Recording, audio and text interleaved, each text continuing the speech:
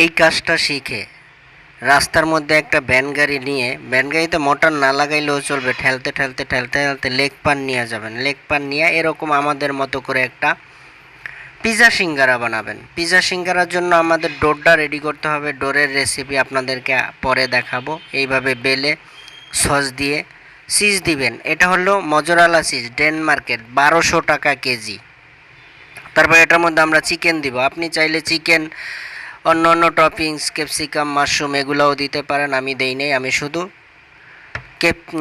Cheese আর chicken দিয়েছি। তারপরে এটাকে সিঙ্গারার আদলে পেঁচিয়েছি। এই যে দেখুন, প্রথমে এটাকে উল্টায়া পাল্টায়া সিঙ্গারা যেইভাবে মোড়ায় আর কি, ঠিক ওইভাবে এটাকে মোড়ায়া নিয়েছি। মোড়ায়া নেওয়ার পরে আমরা এখানে একটা ট্রেনের ভিতরে রেখেছি। ওই যে আগেই একটা আমি রেডি করেছিলাম, ওটা দেখাইনি, একটার ভিডিও দেখাচ্ছি।